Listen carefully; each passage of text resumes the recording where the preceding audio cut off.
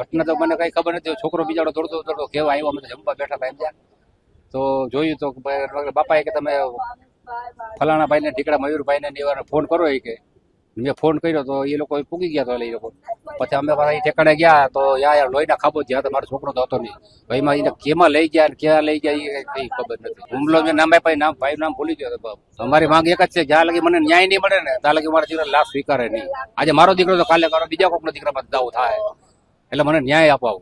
મારી સરકારને એટલી વિનંતી છે. અમારી સમાજના ભાવેશભાઈ વાણવી નામના યુવાન રાત્રે આજે એક હત્યાનો બનાવ બન્યો છે. અને બનાવ એટલો બધો દુઃખદ બનાવ છે અને એટલા બધો ક્રૂરતાપૂર્વક માર મારવામાં આવ્યો છે કે એને શરીરનું કોઈ અંગ એવું નથી કે એનું ડેમેજ નથી કરવામાં આવ્યું. એકદમ બેરહેમીપૂર્વક માર મારવામાં આવ્યો છે. એટલે મીડિયાના માધ્યમથી કહેવા માંગુ છું કે સમાજમાં કંઈક ને કંઈક પ્રશ્ન બનતા હોય તેના માટે પોલીસ છે, એમાં સરકાર છે, કોર્ટ છે, એવું લાગે તો સમાજના કોઈ આગેવાનને વાત કરવી જોઈએ. જે કાંઈ પ્રશ્ન હોય તો એનું કંઈ સોલ્યુશન લેવા. કોઈની હત્યા કરવી એ સોલ્યુશન નથી.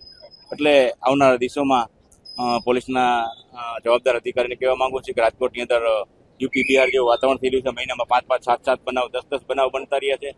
તો અસામાજિક તત્વો પર પોલીસ તૂટી પડે, રાતે કોમ્બિંગ કરવામાં આવે અને જે કાયદો વ્યવસ્થા એ કાયદો વ્યવસ્થા સુધારવામાં આવે.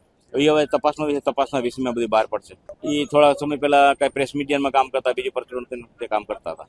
એને 2 બાળકો છે, મા બાપ છે અને પરિવાર છે. એક પરિવારનો આધાર સ્તંભ હતો અને પરિવાર અત્યારે એકદમ શોકની પરિસ્થિતિમાં છે. એનું કોઈ તપાસનો વિષય અત્યારે બહાર નથી આવ્યું શું બાબત છે.